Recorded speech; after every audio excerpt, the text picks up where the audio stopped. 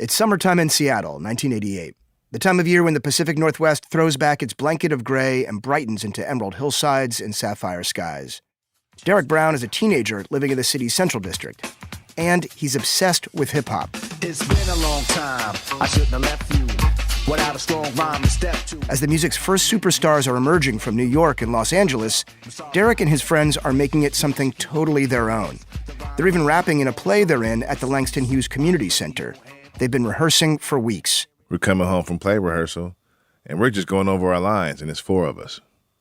So, once you get over that 2 or 3 number, and the cops see you congregating, we're on 23rd and Union. I live down in the valley on MLK and Olive, right? And police roll up on us in full force and beat the crap out of us, like, no questions asked. Put me and my boy Kev in the hospital, like, we're 13. Stuff like that used to happen. Derek tells me this without any astonishment or disgust. Like, that's just how it was, how it is. He says he was charged with obstruction of justice and had to complete community service. And now the cops knew him by sight. Man, every time I walk home, and anytime they recognize me, they come and shake me down, throw me against the car, search me. How's your acting career coming, Mr. Brown, and all that? You are tuned in to the sounds of the legendary Vitamin D. Today, Derek Brown is known as Vitamin D, one of the most prolific and influential hip-hop artists in Seattle. Vita's production credits number in the hundreds, and he's worked with pretty much every West Coast underground rapper you can think of. But as a young man getting his music career off the ground, Derek took serious heat from the police. Once I started doing the shows and DJing, and they catch me at some of these freestyle nights and stuff like that coming out of there, oh, Mr. Brown, you're a rapper now, and throw you against the car and all, Oh, my God. Yeah, there was a pack of cops notorious for that. Sometimes the police came and shut those down. On the basis of? Just too many black people congregating, man. You know how that go. Yeah. Four or more black people congregating, man. They're coming to ask you some questions and shake you down for sure. Like, guaranteed. So imagine this. There's this new kind of music in the air, and it's speaking to you directly. 6 a.m, police at my door. Fresh Adidas squeak across the bathroom floor. The stuff is brash and expressive and loud. It drives your parents crazy. It's relatively simple to create, but endlessly iterative, which means you and your friends not only listen to the music, but you make it too. These are the basic principles of hip-hop. They're the same for punk rock. Both were driven by youthful energy and the will to participate in the culture. Both were thriving in the late 80s and early 90s. But in Seattle, participating in the culture, whether punk or hip-hop, was basically criminalized. The reason was the Teen Dance Ordinance. The Seattle City Council enacted the TDO in 1985. It put harsh restrictions on music venues, ostensibly to protect young people from being exposed to illicit drugs and mixing with predatory adults. But the wording was vague. The law allowed cops to decide when and where to enforce it. The threat of fines, misdemeanors, and even jail time kept promoters from throwing all-ages shows, not to mention the outrageous costs they'd have to cover for TDO-mandated security and insurance. But it was young people who paid the dearest price for the TDO. I don't know if this was the case for grunge, but I know that for hip-hop, all-age events was kind of like the lifeblood, especially in the 1980s, because you had kids like 13, 14, 15 wanting to hang out in a hip-hop spot. You know what I mean? It appealed to younger people immediately, and the people who were maybe 18, 19 at the time were like viewed as like much older. In early 80s Seattle, hip-hop centered on house parties, school dances, and boys and girls club dances. Before long, the music took off, and Seattle's homegrown scene drew national attention, which brought even more pressure from Seattle cops. The SPD came down hard on punks, but they came down harder on hip-hop. The TDO has been used by police to directly target minorities, like specifically hip-hop and their access, which is vital, like it's critical. Hip-hop is based on community and the youth. Given the SPD's focus on young black men, nobody was surprised by its racist tendencies when enforcing the law. And even though the hip-hop community faced the same threats from the TDO as its rock and roll counterpart, the two worlds remained mostly separate. All-ages rock shows happened more frequently in the suburbs, where they were legal and safe. Hip-hop remained in the city, so fans, promoters, and performers had to get creative to deal with the TDO. Promoters paid police in cash so they could put on shows. Artists stayed low-key and grassroots, or they blew up and became too big to take down. Seattle's police, city attorney, and city council stood in the way. But despite the atmosphere of oppression, hip-hop managed to survive. In fact, it thrived. And sure enough, before long, hip-hop became another major musical force to emerge from the city. From KUOW in Seattle, I'm Jonathan Zwickel, and this is Let the Kids Dance.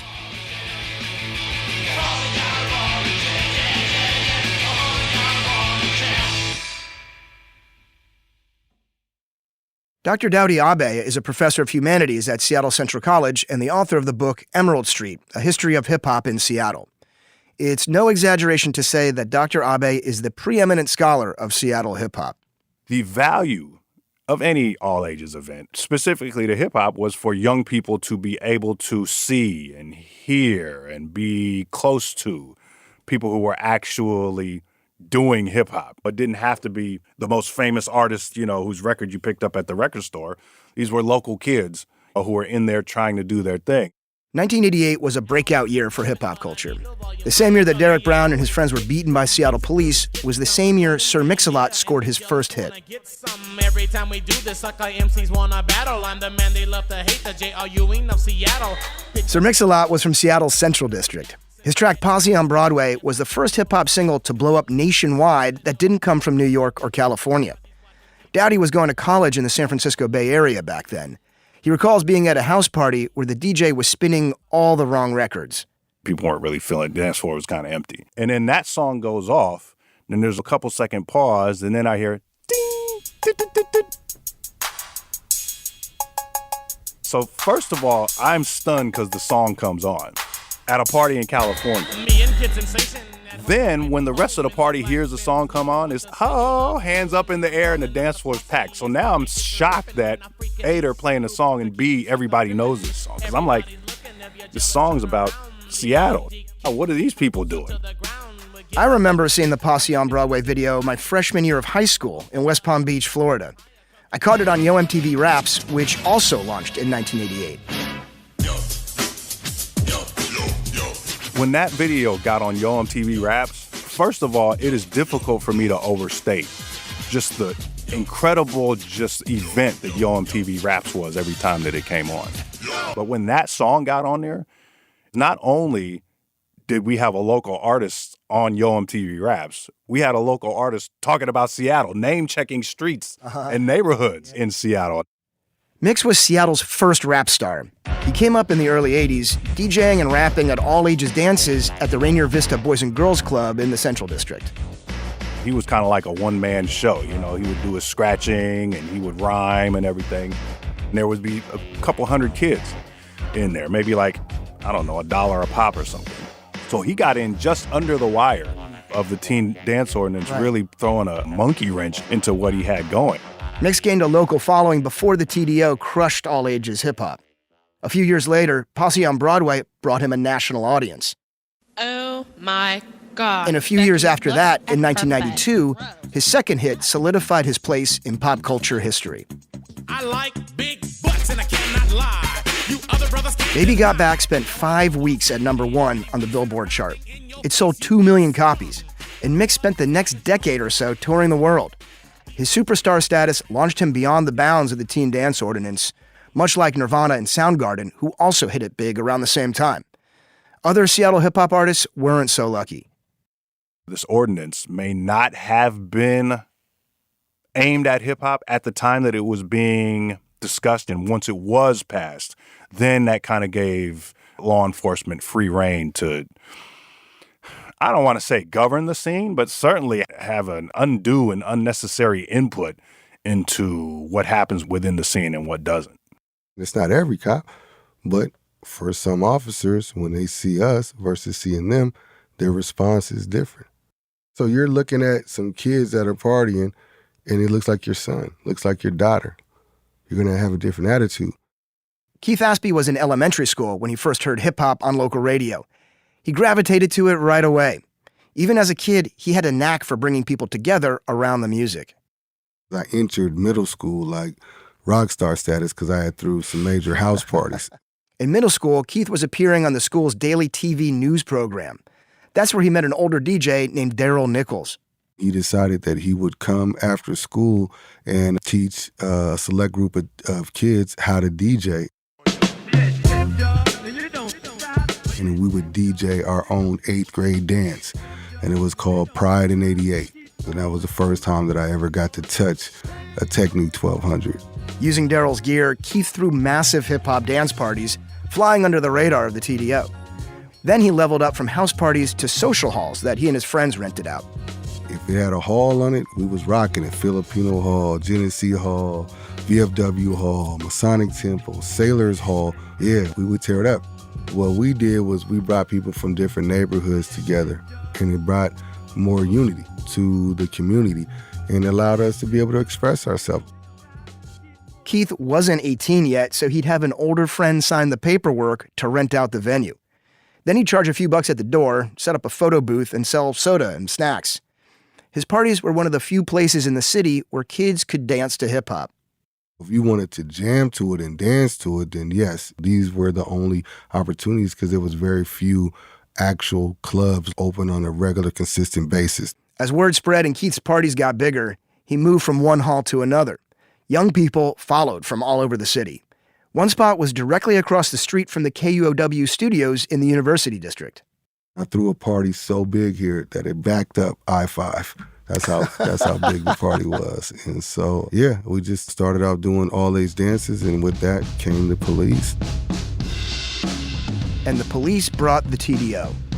The law required promoters to carry $1 million in insurance coverage, a bonded policy that cost several $1,000s. They also had to hire at least 2 off-duty police officers for security and pay their hourly rate. It was a high bar for entry to put on all-ages events, especially for a high school kid like Keith. Okay, well, if you wanted to do a party at Filipino Hall, you had to hire 4 cops. It'd be like $28, 5-hour minimum for 3 cops, and the sergeant or whatever would make $40 an hour. So that's how they started pressing us. So we'd have to include that in the budget to be able to pull it off. And it was a form of extortion, if you ask me. It was like, you either pay us or you can't do it. And so that's how it was going down. And then even with the nightclubs, it was the same thing. It was like if a nightclub didn't hire police to work outside, then liquor control and all fire department, all other type of enforcement would magically appear at venues that didn't hire off-duty SPD officers. You say now that it felt like a form of extortion. Did you feel that at the time, or was it only in hindsight? Because it was like, why can't we hire security companies that work at a way lower rate? We were paying those dudes cash. It wasn't $10.99 of them dudes. We coming out paying $6,000, $7,000, $8,000. Some of our bigger events. Vitamin D performed at a lot of Keith's parties back then, and he also threw events of his own. I remember DJing some of those at VFW Hall and all that, and their police would pull up, somebody from the fire department would pull up. You got to throw them the cash, and they might stick around. Most of the time they don't. They kind of come back, circle around, check on what's going on. Vitamin D and Keith found different ways to deal with the cops. Vita exploited a loophole written into the teen dance ordinance. Nonprofits and religious groups were exempt from the law, which sometimes led to some surprising partnerships. There was this mosque. It wasn't traditional Muslim, it was the Nation of Islam building. They used to throw underground rap shows there. Whoa. So there was like this circuit of nonprofits or like churches, religious institutions were also exempt. Yeah. Yeah. So you could do these all-ages shows at those places. So yeah, we would do those spots. Keith took advantage of repeated interactions with police to build a relationship with a particular officer. This one cop seemed to have a more nuanced understanding of young people and their motivations. There's always tension between kids with the prefrontal cortex not fully developed until you're 25 or 26, and the ability to reason, the primordial reaction before the rest of the brain can catch up. You're always going to have that at that age. Jim Pugel was a street-level officer in the Seattle Police Department in the early 80s. He he worked the precincts that covered Capitol Hill and downtown. That's where he'd sometimes settle conflicts at all-ages nightclubs like Club Broadway and Metropolis. Before these places were shut down by the TDO, they were early incubators for the local hip-hop scene. We would get calls of what we would call a disturbance, fight or dispute between a bouncer or an employee of one of those places and a patron, whether it was people sneaking in booze or marijuana, not paying or sneaking other people in or out, or concern about some of the conditions that some of the kids that presented were in, whether they were highly intoxicated or looked like they may be trafficked or something. So you had this spectrum of calls. Pugil also made several visits to the monastery. Prior to the TDO, the all-ages disco was a beacon for young people of all kinds, including those living on the streets with no place else to go. A disproportionate amount of runaway children have been rejected by their families because of their sexual orientation. Back then, I know for sure, because that's what some of the kids would tell us. So they were runaways and they'd go to big cities. Seattle was one of them.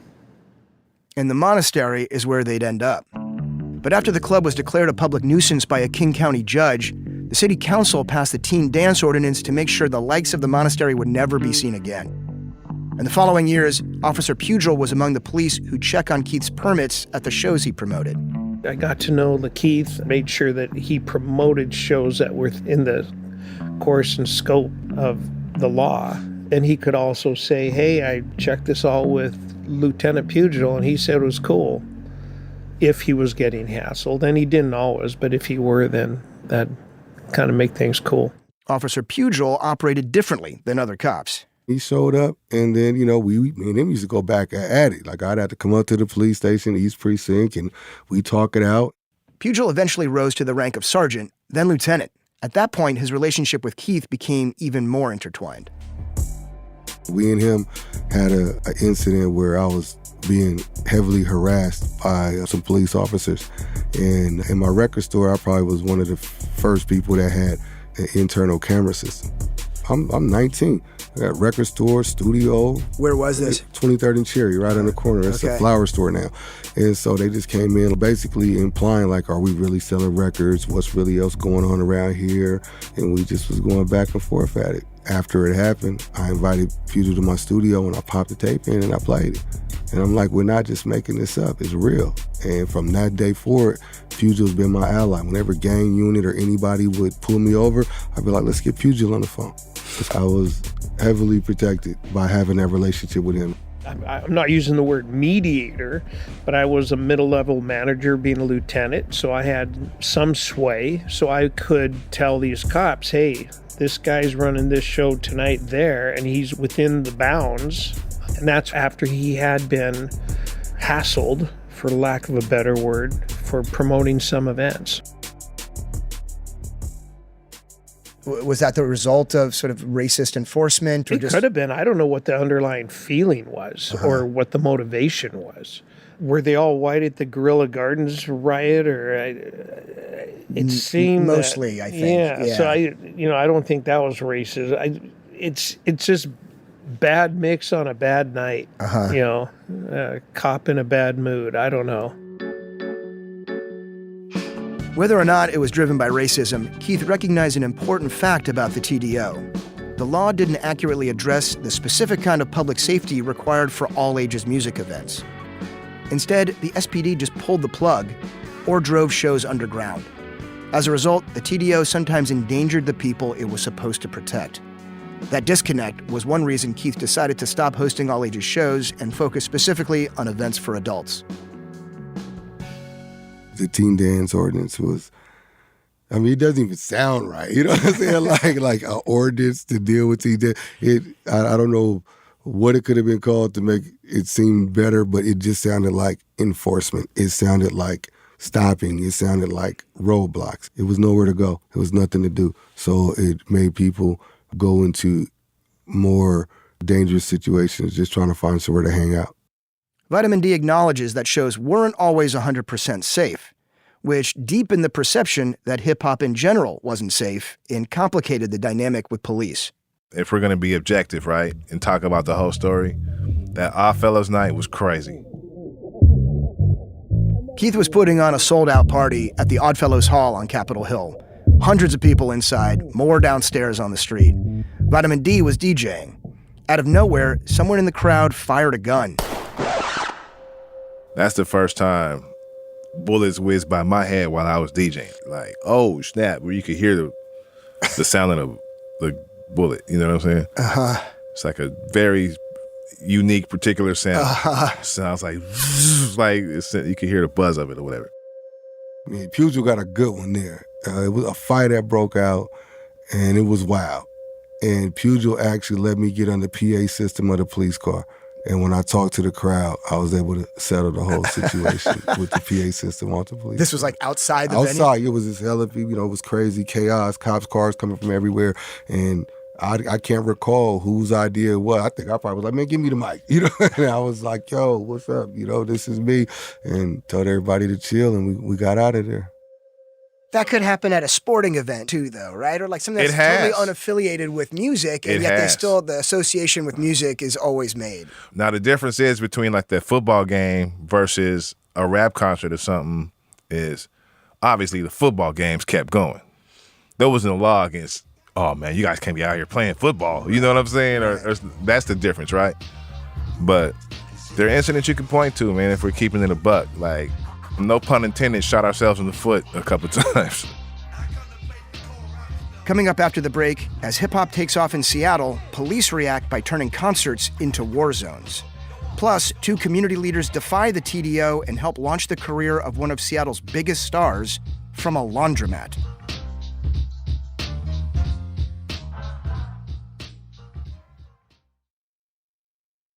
Like Vitamin D said, when it came to public image, sometimes hip-hop shot itself in the foot. In 1987, the first major hip-hop concert tour came through Seattle. It was called Spring Rap Fest, and it featured 2 live crew, Kool Moe Dee, and DJ Jazzy Jeff and the Fresh Prince. Sir Mix-a-Lot opened. The show was at the ritzy Paramount Theater and was sold out. It started late and was marred by sound issues, but the real problems began after it ended. As the crowd of 2,500 was letting out, a scuffle broke out in the lobby, then spilled onto the street in front of the theater. 45 police units were called in to quell what the Seattle Times described as a mini riot. Later that night, windows of downtown shops were smashed and minor break-ins occurred. The taxi driver was assaulted. Shots were fired at the hotel where Will Smith and Jazzy Jeff were staying. Did these incidents directly involve showgoers? Didn't matter. The association was made. Hip-hop equals bad behavior. So the following month, when Beastie Boys and Run DMC came through town, police expected chaos. They fenced off the block around the Paramount Theater like it was a crime scene in the making. Choppers circled over armored vehicles and legions of cops in riot gear. Seattle wouldn't witness the same level of security for another 12 years, and that was for the World Trade Organization protests. The show went off without incident, but it didn't change public perception or police expectations. They was really tripping about the rap music. Even in 21 and over venues, they were like, we can't put rap on the flyer. Like the word rap was enough for them. Don't put hip-hop on there. Uh-huh. Or the graffiti font, or don't do it, man. They're coming. And those were all 21 and Those are 21 and up. But, I was 18, 19 back then, so it's like, y'all ain't 21. Y'all got to go immediately. Or this whole thing's getting shut down. Right. But, so that is like a function of the Liquor Control Board and the cops and the fire department. Mm-hmm. Like all of these regulations just making it impossible. Man, 3 different departments all in tandem put together to dang near stop our fun is what it felt like. Yeah. You know what I'm saying? Yeah. What police and other authority figures didn't understand was that young people had adopted hip-hop as an expression of their values. And they wouldn't stop, regardless of the consequences. Erica White was one of them. I was born before hip-hop came about, right? So I grew up with hip-hop. Even to this day, like, that's just a part of, like, just my DNA. How I talk, how I dress, what I do. Yeah. You know, where people are like, wait, so you're 53? I thought you were like 30-something. You know, blame it on hip-hop. Blame it on the culture. Her husband, Jonathan Moore, felt the same way. Jonathan was a luminary in the city's creative community who brought a spirit of unity guided by the music and culture of hip-hop. We can do shows and events, have our own clubs, and we got to continue to recognize that Seattle is world-class and the rest of the world will follow. Erica White and Jonathan Moore embraced hip-hop as a calling. They met in high school in the late 80s and eventually started performing. John went by the name Word Sayer and fronted the group Source of Labor. Erica's crew was called Beyond Reality.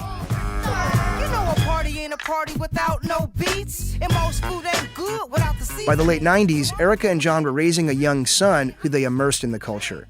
They were determined to create a space where they could share the music with him and the larger community.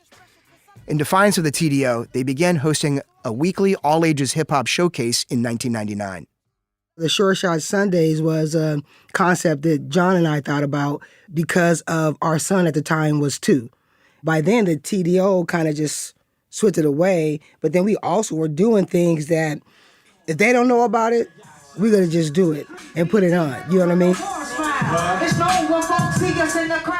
They kept their shows small, not only to avoid police attention, but to be sure they surrounded their son with the same sense of identity that the music had provided them when they were young.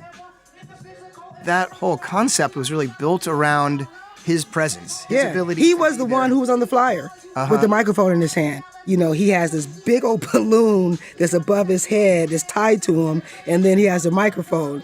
It's perfect because it's like an all-ages event. And it was always such a great turnout, too. This music you're hearing is from a video shot during a Sure Shot Sunday.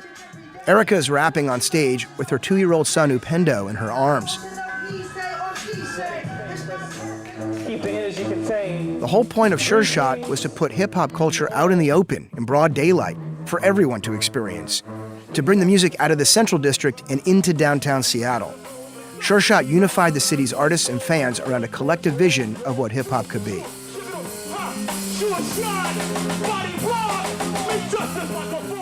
We started at 3 o'clock in the afternoon. Right. It was meant to be for everyone, old people, young people, just everyone. And at the time, we were living on 3rd and Bell, so the sit and spin was literally right around the corner. So we'll walk over with our son. It really was inspired because he was always like, well, where do you guys go? We wanted to create something that he could come to, because you can't come to the club when we do the shows at nighttime. And it was also an opportunity for a lot of up-and-coming artists to be able to showcase their stuff. Sure Shot went down at an oddball destination in Belltown called Sit and Spin. This place was a laundromat that was also a full-size concert venue.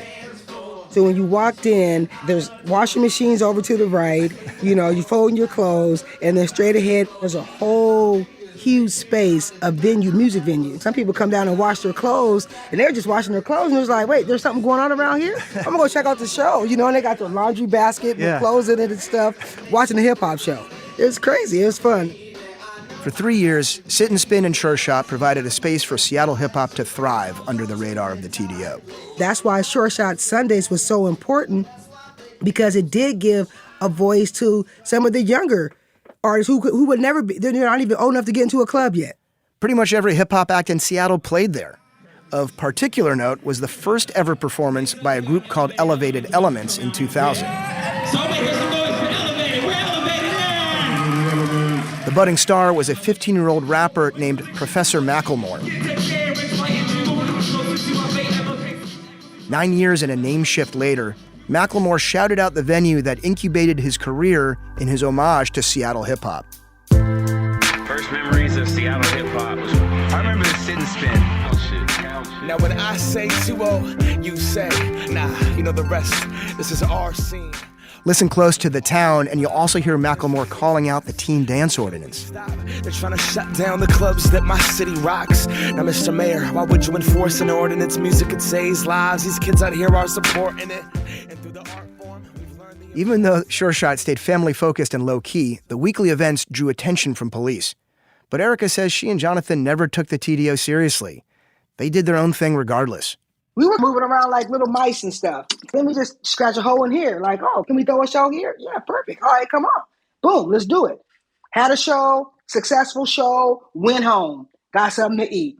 All right, let's throw another party. Boom. Kate Becker was a young concert promoter throwing her own all-ages punk shows at the Sit and Spin, mostly young, white musicians and fans.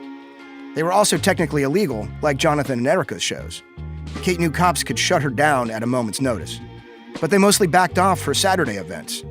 She says they didn't treat Sure Shot Sundays the same. Yes, the police would show up at his shows, which was the same exact venue that I was doing shows in on Saturdays. He was doing Sundays, so very similar pattern we were having. But he would get harassed much more than I would. If police pressure wasn't enough to deal with, Seattle City Attorney Mark Sidran had also turned his attention to the hip-hop scene. Sidran said outright that the relationship between, quote, hip-hop, the clientele, and the violence is irrefutable. In his estimation, music venues and dance clubs were magnets for bad behavior. Throughout the 90s, he used arcane abatement laws to close them down. Out of 15 clubs he shuttered, 10 were black-owned or operated. The law was not enforced equally. The law was not enforced fairly. It was really used to menace promoters into not doing shows. The victims of all this uneven enforcement were young people, especially young black people. The lack of communication lines between our government officials and the community plays a big factor. Because us community members who were trying to just throw a party and have a good time, we would love to talk to our officials and figure out a way to combat this together. And that's really the only way it's going to work. Not you with your iron fist laws that affect everybody negatively. We don't want nobody getting shot either. Nobody wants that. You know what I'm saying? They're looking at it like, oh, these guys are all the same. They're rap guys. They're just going to shoot everything up. Like, and they must all want that or something, right? Like, it's silly. Yeah. But it's like, why not come together with us and figure it out? And that's the part that was messed up about it. At the time, hip-hop was still seen as a fad by mainstream music fans. Some people didn't consider it music at all. Jonathan Moore saw the music's creative and commercial potential. He put local hip-hop acts on the same bills as national artists. He'd go on to host a hip-hop show on KUOW FM and manage the groundbreaking group Shabazz Palaces, the current project of Central District-born Ishmael Butler. Through years of pushing back against public perception, police aggression, and the TDO, Jonathan changed the stature of Seattle hip-hop. For the next millennium, hip-hop is going to be one of the trademarks of Seattle, aside from the Space Needle and Starbucks and everything else, for real. Jonathan Moore died in 2017 of kidney failure. He was 47. By that time, he'd earned the unofficial title Mayor of Seattle Hip Hop. Back when Seattle's rock scene was taking over the world, hip hop mostly stayed in its shadow. There was little overlap. The occasional mixed bill, for instance, but hip hop rarely made it out of the Central District. Jonathan Moore and Erica White changed the music's trajectory. The rock community was intent on battling the TDO's harsh restrictions head-on, but the hip-hop community stayed in its own lane, plugging away. Thriving was its own form of resistance. We weren't making our moves based around the politics of a dance ordinance. We were just like, we're going to find a venue to put the show on at. We're going to go to Kinko's and do some flyers, walk around, hand them out, and then we're going to do a show. That was just the main streamline of thinking. The teen dance ordinance, again, wasn't in the forefront of our minds. Was there any kind of moment of like, score, we're free or anything like that? Well, we was already free because we wasn't underneath their bondage. Again, we were not making moves based on that. Oh, we can't do this show because of this ordinance. Like, man, fuck that ordinance. That's just a hip hop mind state. That attitude of liberation, that drive to create on their own terms, they're ingrained in Seattle's hip hop artists. It's the reason the music took root here so far from its birthplace on the other side of the country. The reason it developed despite pressure from police and city officials. And why artists from this isolated locale have shaped the larger landscape of hip hop. 3 Seattle artists I've mentioned have been recognized at the highest possible level. Sir Mix-a-Lot, Ishmael Butler, and Macklemore are all Grammy winners. The 3 of them couldn't sound more different from one another, But Dowdy Abe says they're bound by a common attitude. The people who have found that kind of mainstream success have done so by really not following what everybody else is doing. All of the people who have won these Grammys have done so by pushing against the norms of their day. Wow. Speaks to that uniqueness and originality.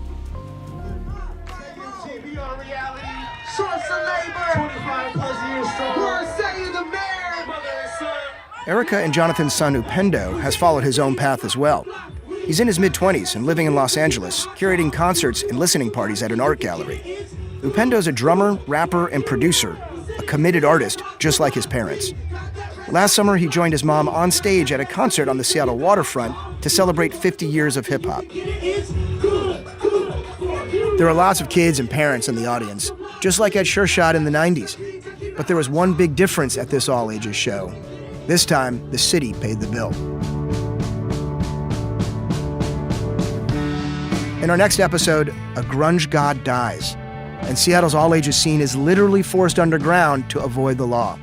It was a fucking nightmare. The guys who rented us the space, they would drive in and out, revving their cars and almost hitting kids. It was just crazy. Until then, I'm Jonathan Zwickel, and this is Let the Kids Dance.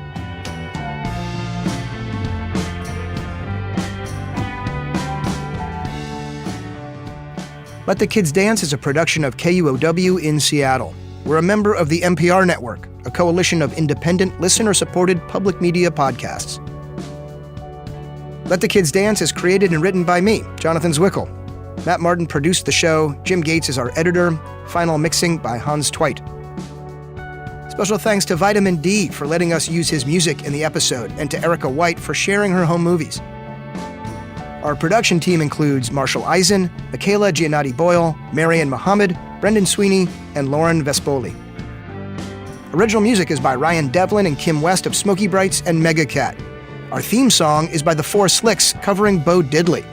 CM Ruiz designed our logo. Want to hear more awesome music from the TDO era? Dive into the Let the Kids Dance playlist. Check out the link in our show notes or search LTKD on Spotify. Do you like going to all-ages shows? Did you when you were younger? Did you live through the teen dance ordinance in Seattle? Or were you part of an all-ages scene somewhere else? Tell us about it. Record a voice message on your phone and email it to dance@kuow.org. Thanks for listening.